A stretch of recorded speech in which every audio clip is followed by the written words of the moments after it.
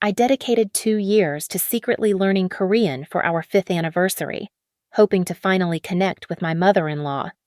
But over Sunday dinner, my husband leaned toward her and whispered a phrase he was certain I could not decode. That moment did not just end my marriage. It ignited a war. The child my sister carried was not an accident with a mystery man. It was his son, and they were planning to replace me. My name is Harper, and at 30 years old, I had built a life in Seattle that looked flawless from the outside. As a lead interior architect, I spent my days turning cold, empty structures into warm, inviting homes, yet I could never quite design a way to fit into my own husband's family. Sunday dinner at my mother-in-law's house was a weekly ritual that felt less like a meal and more like a performance review I was destined to fail. The air in Sun-hee's dining room was always thick with the savory scent of braised short ribs and the heavy, suffocating weight of her disapproval.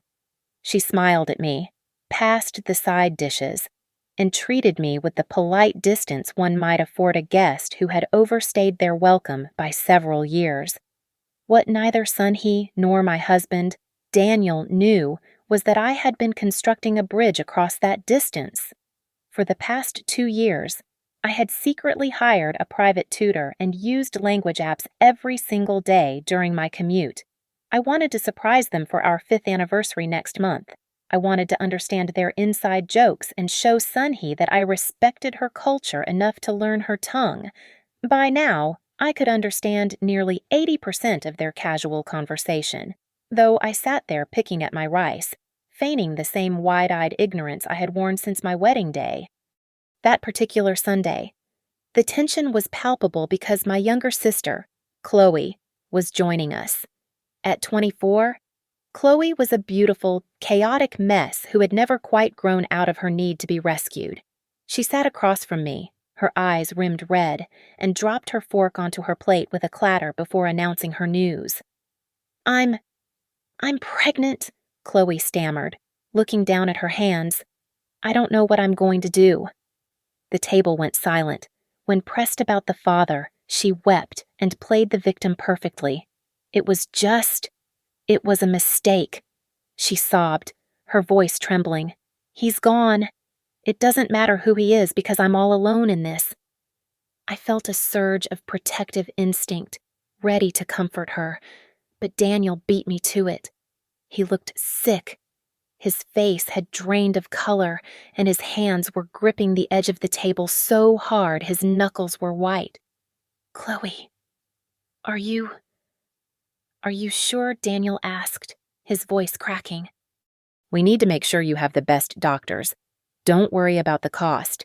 At the time, I thought he was just being the incredible, supportive brother-in-law I knew him to be. I reached out to touch his arm, silently thanking him for stepping up for my family. That was when he turned his head slightly toward his mother, assuming I was sealed off in my bubble of English-only comprehension. He spoke rapidly in Korean, his voice a harsh whisper that cut through the room like a razor. "Mother, what do I do? It's a boy. Chloe is carrying a son, just like you wanted, but Harper will kill me if she finds out." Time seemed to warp. The room did not spin, nor did I gasp. Instead, everything sharpened into a terrifying, crystalline clarity. My hand, which had been reaching for the kimchi, froze in mid-air for a fraction of a second before I forced it to complete the motion. Sun-hee did not look shocked. She looked calculated. She replied in Korean, her tone flat and chillingly pragmatic. "Keep your mouth shut. That girl doesn't understand a word. Wait until the baby is born, and then we will figure out how to legitimize him." My heart hammered against my ribs with such violence I feared they could hear it. But my years of navigating high-stakes client meetings kicked in. I kept the plastic smile plastered on my face. I chewed. I swallowed. I looked at my husband, the man I had shared a bed with for 5 years, and saw a stranger. I looked at my sister, carrying the child of that betrayal. and saw a viper. "I need to use the restroom," I said, my voice steady, betraying nothing of the nuclear winter that had just descended upon my soul. I walked calmly to the hallway bathroom and locked the door. I stared at my reflection in the mirror, expecting to see a woman falling apart, but the woman staring back was cold. I pulled out my phone, opened the voice recorder app, and hit record. I cracked the door open just a sliver, enough to catch the muffled but audible voices continuing their frantic planning in the dining room. After 5 minutes, I flushed the toilet to signal my return and walked back to the table. I pressed a hand to my temple. "I'm so sorry," I lied, infusing my voice with just the right amount of frailty. "I have a splitting migraine coming on. Daniel, honey, do you mind if we head home? I really need to lie down." I did not scream. I did not flip the table.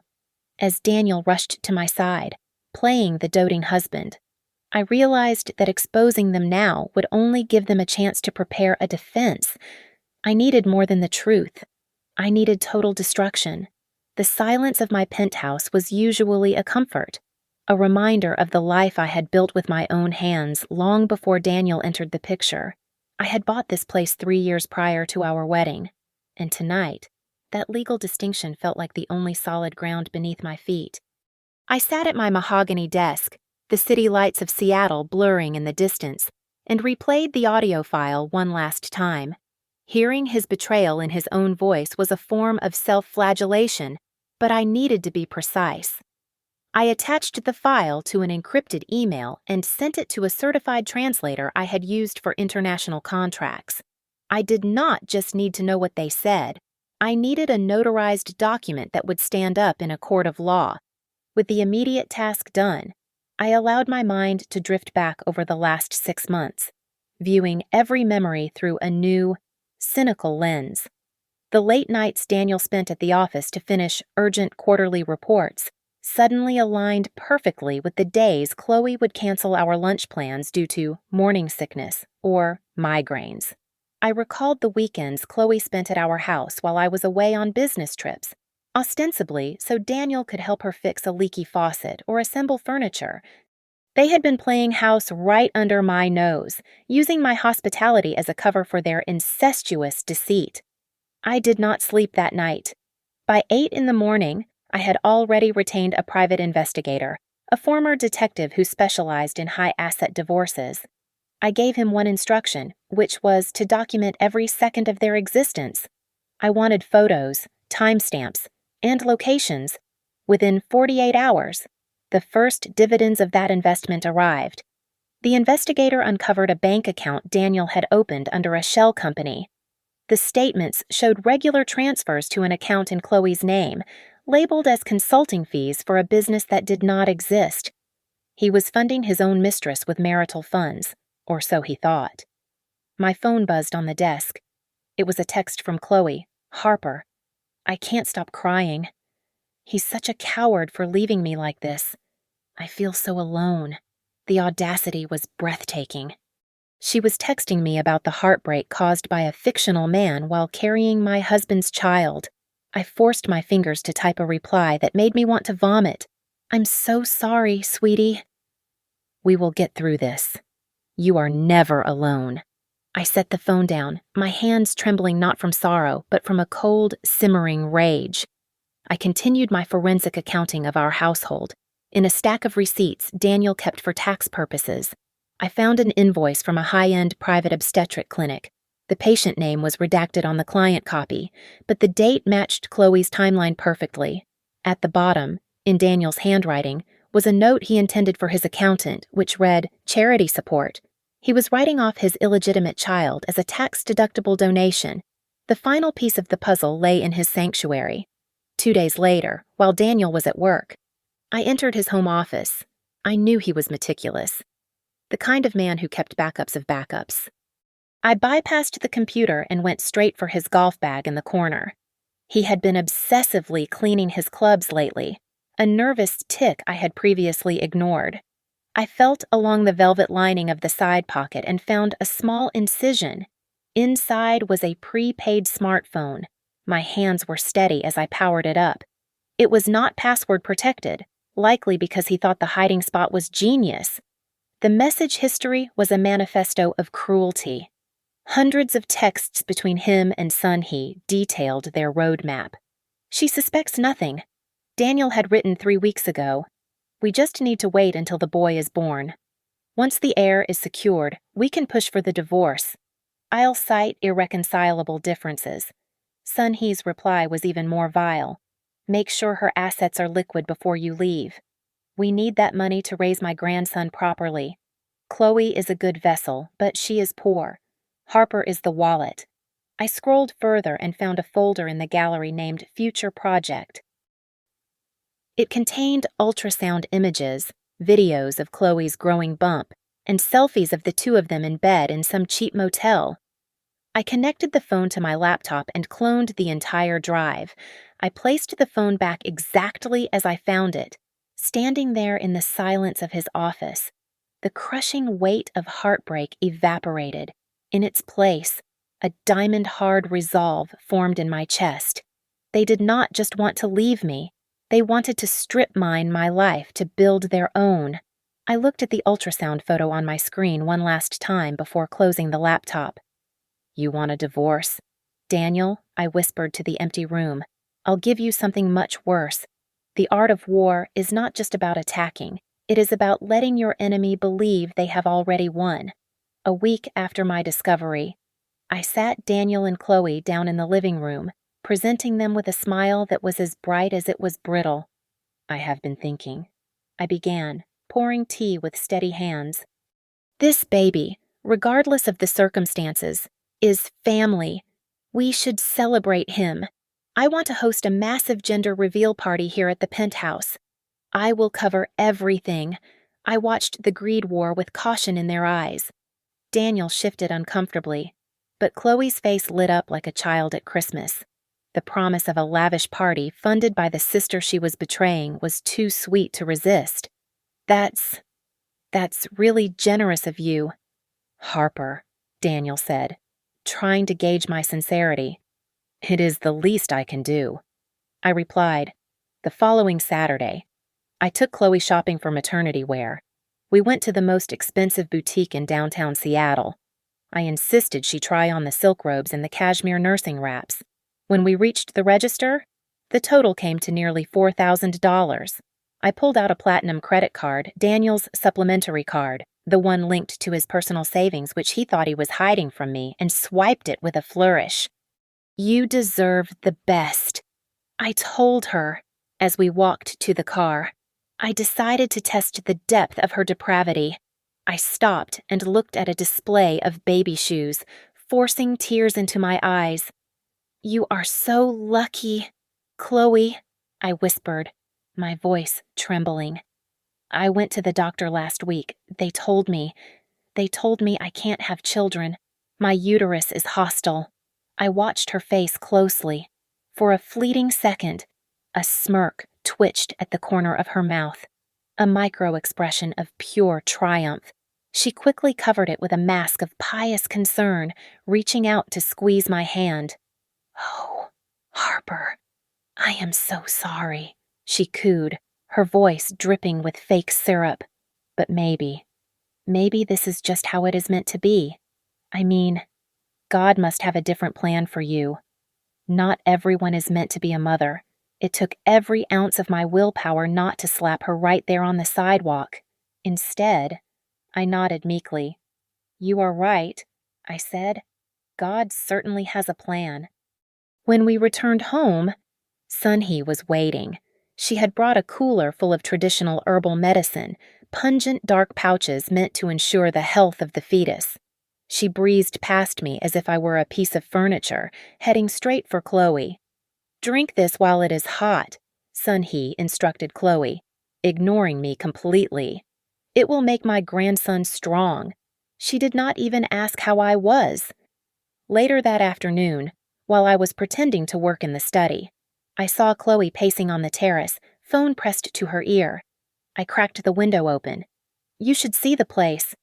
Jessica, Chloe was bragging to her friend. It is a penthouse. Ocean view. And yeah, once the divorce goes through, I am pretty sure Daniel is going to keep it. I mean, I am the mother of his heir. Harper will probably just get the condo in the city. I closed the window silently. She was already decorating my house in her mind. The next morning, I met with Marin, the most ruthless divorce attorney in the state. She reviewed my prenuptial agreement with the precision of a surgeon. "You were smart, Harper," Marin said, tapping a paragraph on page 15. The infidelity clause. If Daniel is proven to have committed adultery, especially if it results in a child out of wedlock, the financial penalty is absolute. He loses claim to all marital assets and forfeits his share of any joint investments. I have the proof, I said, handing over the notarized transcripts and the cloned phone data. Then let's bleed him dry before we kill him legally. Marin smiled. That night, I set the financial trap. I knew Daniel was desperate for cash to secure his future with Chloe. I casually mentioned a secret investment opportunity a friend of mine was running a tech startup that was about to go public. It is a sure thing. I told him over dinner, keeping my voice low. I am putting in $50,000. My friend said if we had more liquid cash, we could double it in a month. I saw the hunger in his eyes. He thought he was smart. He thought he could use his secret savings to make a fortune and then leave me. Maybe I should put some in too, Daniel asked, trying to sound casual. I have some savings, about $100,000. It is risky, I warned, baiting the hook, but the return is huge. 2 days later, he transferred his entire life savings money he had been hoarding to start his new life with my sister into a shell company controlled by my lawyer. He thought he was buying stock. In reality, he was writing a check to his own destruction. The psychological warfare began over morning coffee. I waited until Daniel was midway through a sip of his espresso before I looked up from my tablet and smiled brightly. Mashisoyo, I said, the Korean word for delicious rolling off my tongue with practiced ease. Daniel choked. Coffee splattered onto his pristine white shirt as he coughed violently. He stared at me with wide, terrified eyes, wiping his mouth with the back of his hand. What did you just say? He stammered, his voice tight with panic.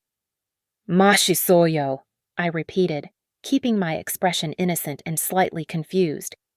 Did I say it wrong? I heard it on that new K-drama I started watching last night. I thought it would be cute to learn a few words for your mom. The tension in his shoulders did not dissipate. He narrowed his eyes, testing the waters.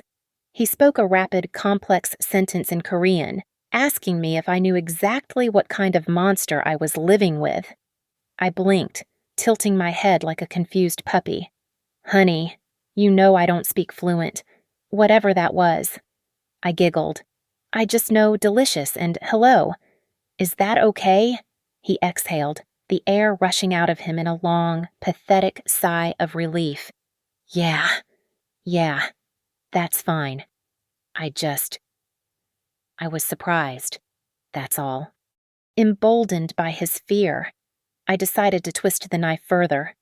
You know, since we don't know who the father is, I said, buttering my toast, you should really step up. I think you should be the godfather to Chloe's baby. You are the only decent male figure in her life. Daniel looked like he might cry from gratitude.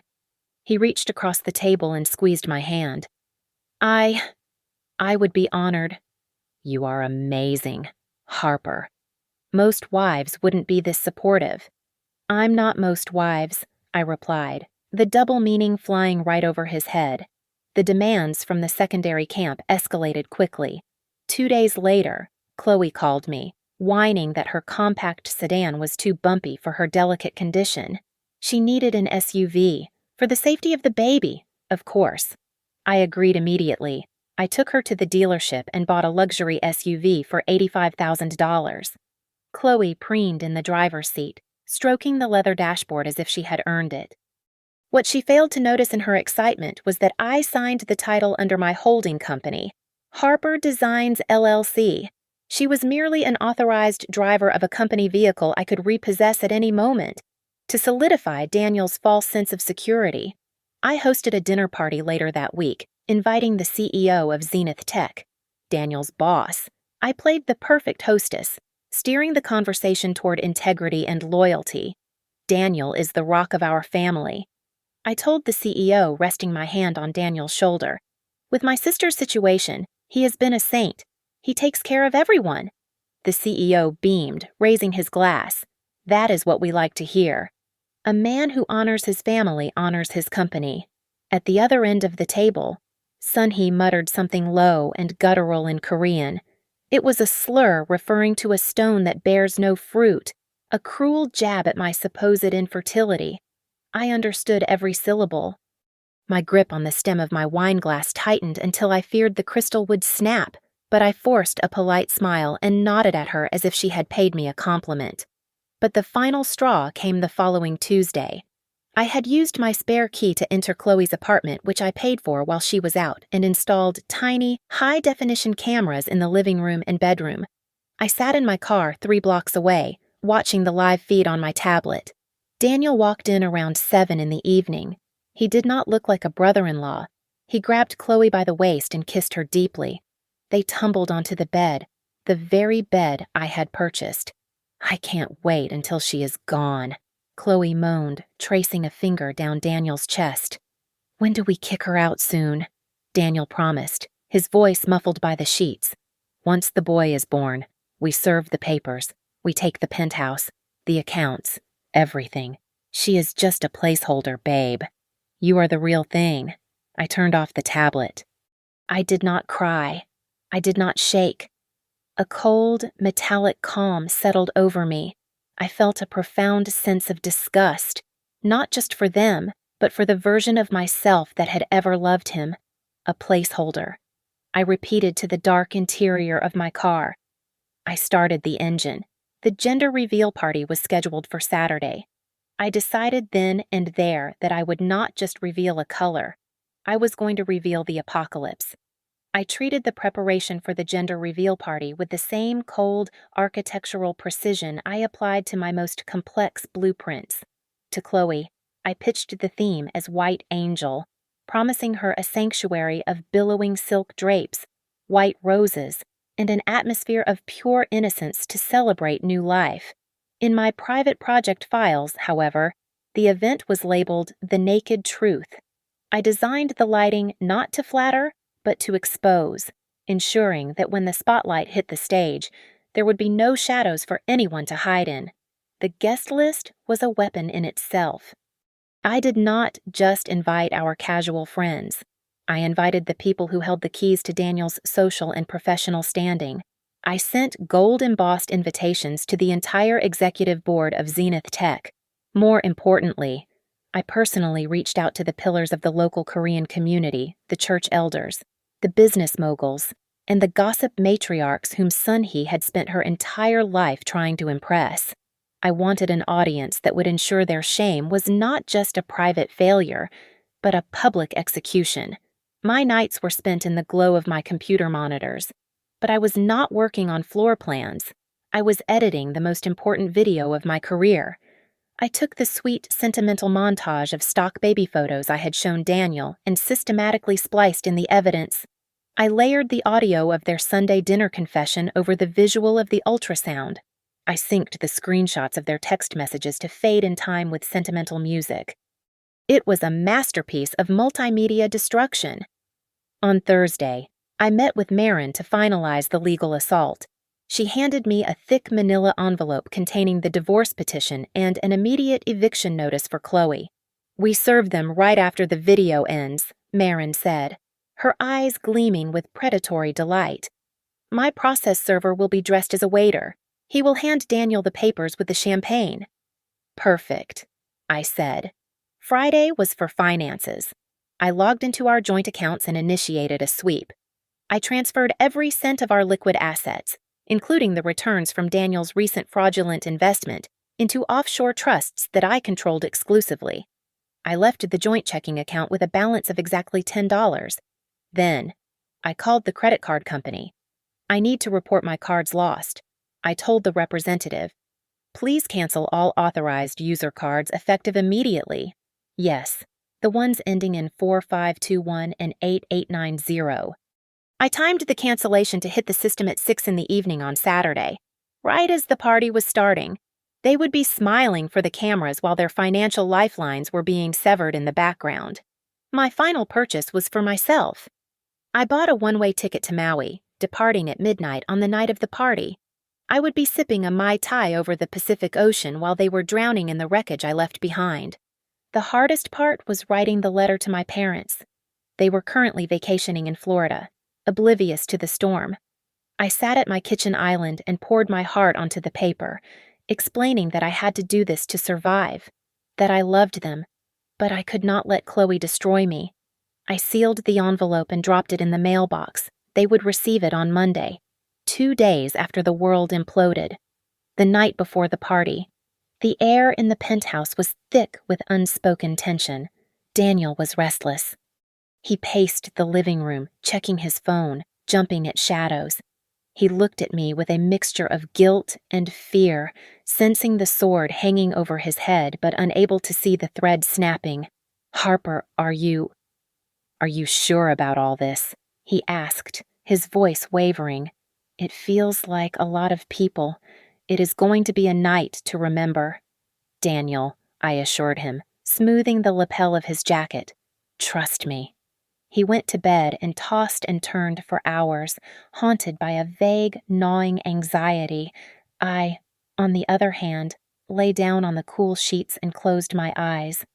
For the first time in 6 months, my mind was quiet. I slept deeply and peacefully, like a soldier on the eve of a victory that was already guaranteed. The ballroom of my penthouse was vibrating with the hum of 200 guests. I stood in the wings of the small stage I had erected near the terrace doors, watching the scene unfold like a director watching a play reach its climax. Chloe looked ridiculous, draped in a floor-length white gown that made her look more like a bride than an expectant mother. She was glowing, soaking up the attention as she rubbed her belly. Daniel stood right next to her, his hand hovering protectively near the small of her back, playing the role of the dutiful brother-in-law with sickening perfection. Sunhee was in her element. She moved through the crowd of Korean elders and church members like a queen bee, clutching a glass of red wine. Even from this distance, I could hear her bragging. She was whispering loud enough for everyone to hear about the strong grandson joining the family, banking on the gender reveal before the confetti even popped, arrogant in her absolute certainty.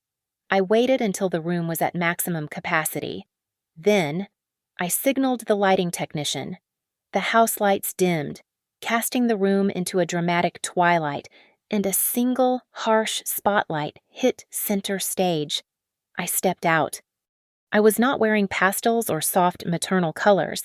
I was wearing a blood-red tailored suit that screamed power and vengeance. The murmur of the crowd died down instantly as I walked to the microphone stand. I looked out at the sea of faces my friends, his colleagues, his boss, and the entire community he cared so much about. "Thank you all for coming," I said, my voice projecting clearly through the high-end sound system. "We are here to celebrate family. Family is about sacrifice. It is about the secrets we keep to protect the ones we love. And tonight, we are going to celebrate the truth." I paused. The room was silent, waiting for the countdown. I locked eyes with Sunhee in the front row. She was smiling, raising her glass to me in a mock toast. I took a deep breath and shifted gears. "Mother," I said, my voice switching to flawless, formal Korean, perfect in both accent and intonation. "You always told me I needed to listen better, so I finally did."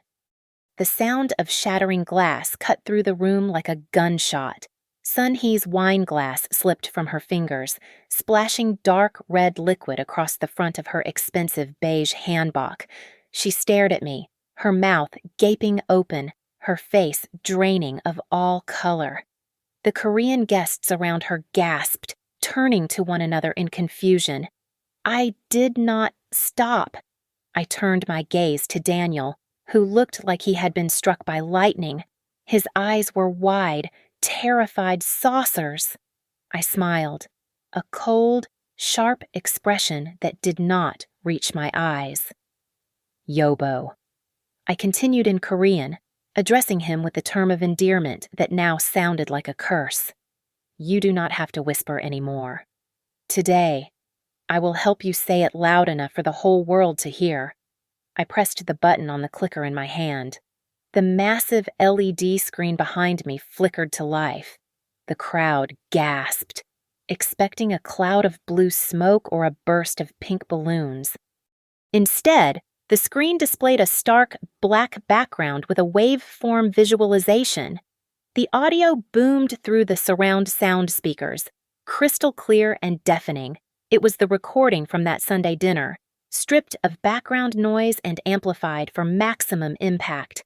Daniel's voice filled the room, magnified 100 times. Mother, what do I do? It is a boy. Chloe is carrying a son, just like you wanted. But Harper will kill me if she finds out. Below the audio wave, crisp white English subtitles scrolled across the black background, ensuring my American guests, including the CEO of Zenith Tech, missed absolutely nothing. Keep your mouth shut, Sun He's recorded voice replied, cold and calculating. That girl doesn't understand a word. Wait until the baby is born. For 3 seconds, the silence in the room was absolute. It was the kind of vacuum that exists right before a bomb detonates. Then, the whisper started. It grew instantly into a roar. Gasps, shouts, and the rustle of hundreds of people turning to look at the 3 culprits. Daniel snapped out of his trance. He lunged toward the stage, his face twisted in panic and rage. "Turn it off, Harper! Stop it!" he screamed, scrambling over a flower arrangement to get to me. But he never reached me. 2 large security guards, whom I had briefed earlier that day and paid double their usual rate, stepped out of the shadows. They intercepted him like a brick wall. One of them grabbed Daniel by the shoulder and shoved him back, blocking him from the stage while the video continued to play, broadcasting his sins on a loop. The video on the massive screen shifted from the audio waveform to a slideshow of high-resolution screenshots. These were not vague implications. They were the raw, unfiltered text messages I had extracted from the burner phone. A text from Daniel appeared, magnified for the entire room to read. I can't wait to be rid of her. Once the baby is here, we take the money and leave her with nothing. A gasp ripped through the audience, sharper and louder than before. Then came a message from Chloe. She is so stupid. She actually bought me the car. We are going to live like kings on her dime. Chloe, realizing the room had turned into a gladiator pit where she was the prey, decided to play her final card. She grabbed her forehead with a theatrical groan. I think I'm going to faint," she wailed. She buckled her knees and collapsed onto the polished hardwood floor in a heap of white tulle, waiting for the rush of concerned guests. But nobody moved. Her own friends, the girls she had bragged to about stealing my life, took a step back. They looked at her not with sympathy, but with pure revulsion, as if she were a contagious disease. She lay there on the floor, peeking through one eye, realizing with horror that her performance had failed. At the VIP table, the CEO of Zenith Tech stood up abruptly. He was a man who built his brand on family values and integrity. His face was a mask of fury. He threw his linen napkin onto his plate with disgust. "This is absolutely sick," he spat, loud enough to be heard over the murmurs. He did not even look at Daniel as he turned and marched toward the exit, taking Daniel's career and reputation with him. But words can be twisted, right? I said into the microphone, my voice cutting through the chaos. So let us look at the science. The screen changed one last time. It displayed a scanned medical document with the logo of the genetic testing lab. I took a hair sample from Daniel's comb. And when I treated Chloe to that exclusive prenatal checkup last week, I paid the doctor extra to run a paternity test on the amniotic fluid. The results are undeniable. I pointed to the highlighted figure on the screen. Probability of paternity 99.9%. I turned my gaze to Sun-hee, who was trembling in her wine-stained dress, clutching the back of a chair for support. You never hated me just because I was American. Sun-hee, you hated me because I was strong. You hated me because I had my own money and my own mind. You chose Chloe not because you liked her, but because she was weak. You thought she would be a docile incubator for your precious grandson, a puppet you could control while you spent my money. Sun-hee snapped. The carefully constructed mask of the dignified matriarch shattered into 1,000 pieces. She lunged toward the stage, her face twisted into a demonic snarl, screaming in Korean at the top of her lungs. You ungrateful wretch! You ruined my family! You are poison! I should have destroyed you the day you walked in. The community leaders she had spent decades courting looked on in shock, finally seeing the venom she had hidden behind her polite smiles. She was not a victim. She was a monster. I think that is quite enough, I said calmly. Marin, my lawyer. Marin stepped out from the side of the stage. She did not look like a party guest. She looked like an executioner in a sharp black pantsuit. She walked straight up to Daniel, who was still being restrained by the guards. Daniel Kim, Marin announced, thrusting a thick stack of documents into his chest. You are hereby served with divorce papers citing adultery, fraud, and emotional distress. She then turned to the heap of white tulle on the floor. Chloe looked up, mascara running down her face. And Chloe, Marin said, dropping an envelope onto her lap. This is an eviction notice. You have 24 hours to vacate the premises before the locks are changed. I looked out at the ruins of my marriage and the stunned faces of the guests. I paid for this party, I said, my voice icy and final. But consider it the last charity I will ever give to this family. Daniel broke free from the guards, but instead of attacking, he collapsed. He fell to his knees, tears streaming down his face, reaching his hands out toward me in a pathetic display of remorse. Harper, please, it was just a mistake. I was drunk. I was lonely. Please, don't do this. I looked down at him. I felt no love. I felt no hate. I looked at him the way one looks at a cockroach scurrying across the kitchen floor, something small, dirty, and utterly beneath me. I turned my back on him and walked off the stage, the sound of his sobbing fading behind me as I headed toward the door. I walked out of the ballroom with my head held high, the sound of Daniel's frantic pleading fading behind me as the elevator doors slid shut. I did not look back. I did not stay to answer questions. I simply walked out of the building, hailed a taxi, and headed straight to the airport. I left Daniel there in the center of the wreckage, forced to explain to 200 stunned guests why he had impregnated his sister-in-law and plotted to destroy his wife. By the time I landed in Maui 6 hours later, the financial demolition had already begun. My phone buzzed with a notification from our joint account monitoring app. Daniel had tried to book a hotel room near the venue, likely too ashamed to go back to his apartment. The transaction was declined. 10 minutes later, another notification popped up. Chloe had attempted to order room service at a nearby hotel. Declined. I imagined them standing at a front desk, humiliated, finally realizing that the golden tap had been turned off for good. Monday morning brought the professional execution. The video of the reveal had leaked online within hours, as I knew it would. Zenith Tech did not waste time. They issued a public statement citing a violation of their strict morality clause. Daniel was not just fired, he was blacklisted. No reputable firm in Seattle would touch a man who had become the face of such a viral domestic scandal. Chloe fared no better. The eviction notice was not a threat, it was a promise. Since I had terminated the lease agreement effectively immediately, the landlord had every right to remove her. She was forced to pack her bags and move into Daniel's cramped studio apartment. It was a bachelor pad that smelled of stale beer and regret, a far cry from the penthouse she had already mentally decorated as her own.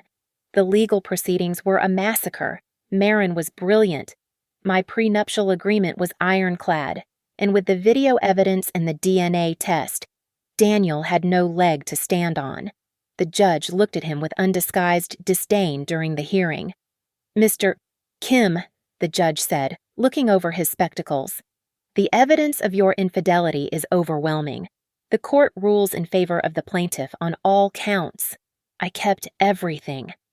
The penthouse remained solely mine. I kept the luxury SUV I had bought for Chloe because it was registered to my company. I retained 100% of my investment portfolio. Daniel walked away with nothing but his clothes and his shame. And then there was the debt. That $100,000 he had borrowed to invest in my friend's fabricated project.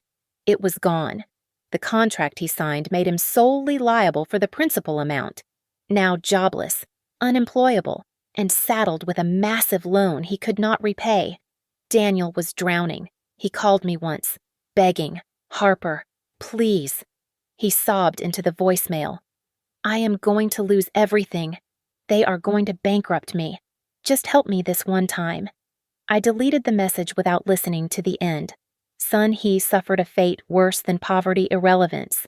The Korean community in Seattle is tight-knit and proud. They viewed her enabling of incestuous adultery as a stain on their collective reputation. She was uninvited from church gatherings. Her friends stopped returning her calls. When she went to the market, people would cross the street to avoid her.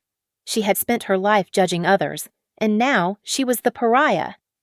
I decided to twist the knife one last time. I sold the exclusive rights to my story to a major lifestyle magazine, protecting my identity but leaving enough details for everyone to know exactly who the villains were. I took the check for $50,000 and donated every cent to a local shelter for single mothers. I made sure the donation was made in Chloe's name, a final, ironic slap in the face. 7 months later, Chloe gave birth. It was not in a private suite with concierge service. It was in a crowded state hospital. Without my money to cushion their reality, the fantasy of their love disintegrated. Daniel became bitter and verbally abusive, blaming Chloe for his ruin. Chloe became shrill and resentful, hating the poverty she was now trapped in. "You said you would take care of us," I heard Chloe scream in a recording my private investigator sent me a few weeks after the birth. "And you said Harper would never find out," Daniel screamed back. "Look where we are, Chloe. Look at this dump." They were miserable, broke, and stuck with each other. It was the perfect ending. I spent exactly 1 month on the north shore of Maui, completely disconnected from the digital grid. I turned my phone off the moment I stepped off the plane and tossed it into the hotel safe. My days were no longer consumed by scheming or sorrow. Instead, they were filled with sunrise yoga on the beach and long, solitary hikes through the rainforest. In the silence of the island, a profound realization washed over me. I had not lost a family. I had survived a malignancy. Daniel and his relatives were a tumor that I had successfully excised, and the lightness I felt in my chest was not emptiness, but the sudden, intoxicating ability to breathe again. When I returned to Seattle, the first thing I did was call a locksmith. I had the tumblers changed on every door, ensuring that no old key could ever turn in my lock again. Then, I turned my critical architect's eye toward the interior. I stripped the penthouse bare. The beige sofas Daniel liked were donated. The traditional Korean art Sun-hee had insisted we hang in the foyer was thrown into the trash. I redesigned the space with bold, vibrant colors and sharp, modern lines. I wanted a home that looked like me, unapologetic, strong, and entirely independent. My career flourished in the aftermath. Clients seemed to sense a new steel in my spine. I stopped compromising on my designs to please others. When I pitched a daring renovation to a high-profile tech executive, he hired me on the spot. "You have a vision that cuts through the noise. Harper," he told me, "that is rare." However, not everyone supported my transformation. My parents called me a week after I returned, their voices heavy with misplaced guilt.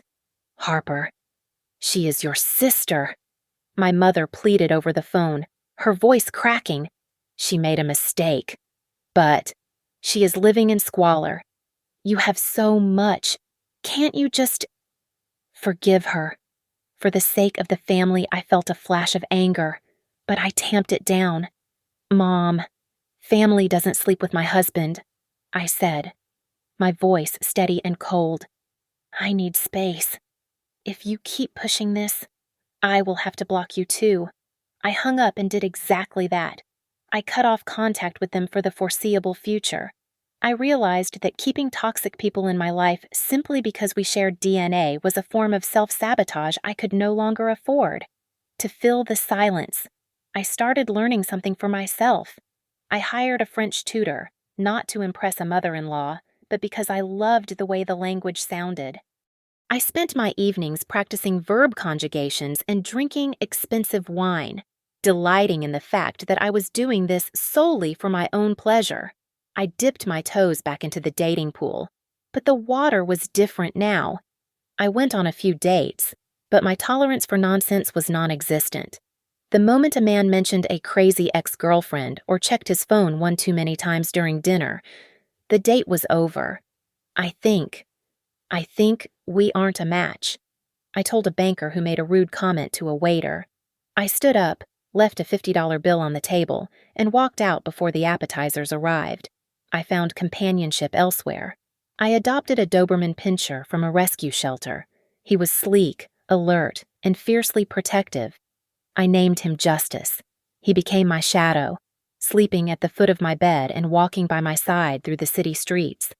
It was on one of those walks, on a rainy Tuesday afternoon, that the past tried to brush against me one last time. I was waiting for the light to change at a busy intersection when a bicycle delivery courier pulled up next to me. He was drenched, struggling to balance a heavy insulated bag on his back. He looked haggard, his face lined with exhaustion, appearing 10 years older than his actual age. It was Daniel. He looked up and locked eyes with me. For a moment, time stopped. I saw the recognition flash in his eyes, followed immediately by a wave of crushing shame. He opened his mouth, water dripping from his helmet. "Harper, he croaked, his voice rough and pathetic. Justice let out a low, warning growl. I did not smile. I did not frown. I simply looked at him with the detached curiosity of a stranger. The light changed to walk. I gave the leash a gentle tug. "Come on, Justice," I said softly. I stepped off the curb and walked right past him, leaving him standing in the rain. I did not look back. As I walked toward the warmth of my beautiful, empty home, I finally understood the truth.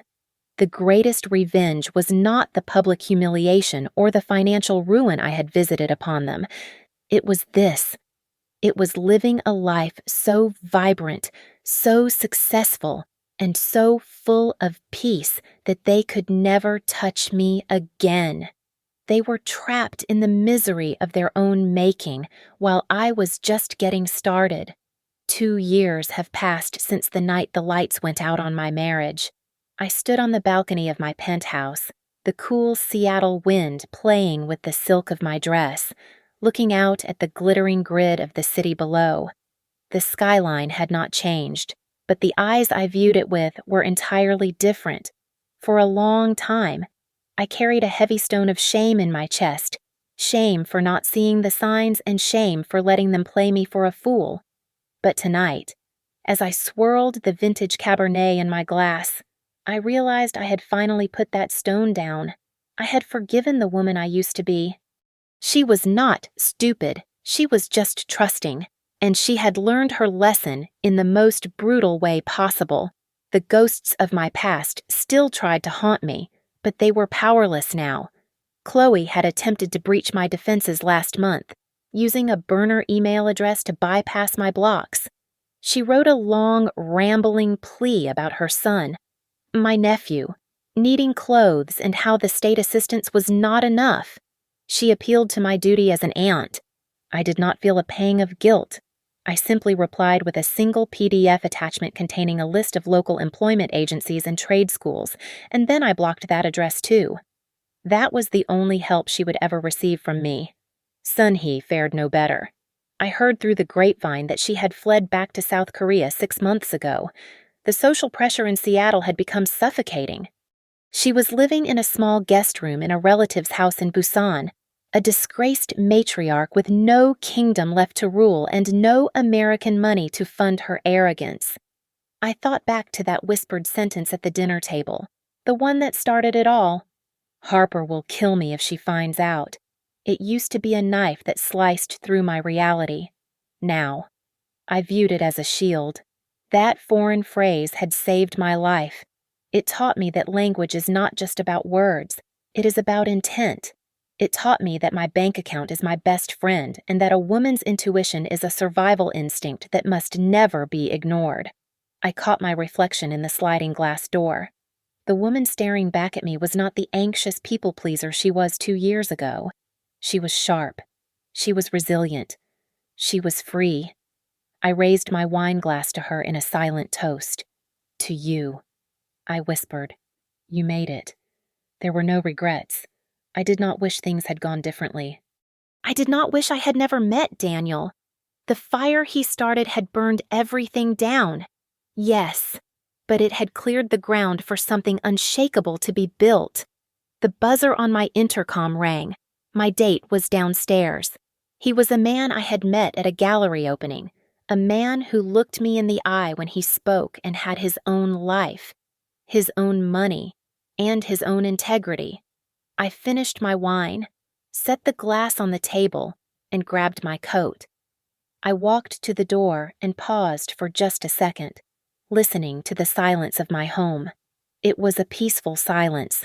I opened the door and walked out, leaving the past locked in the dark where it belonged. They think language is a barrier to hide their sins, but they forget that betrayal has a common tongue that any woman can hear, and the price is always higher than they imagined. Thank you so much for listening to my story. I would love to know where you are tuning in from, so please leave a comment below sharing your location and your thoughts on Harper's Revenge. If you enjoyed this story, please subscribe to the Lily Revenge Stories channel, like this video, and hit that hype button to help this story reach even more people.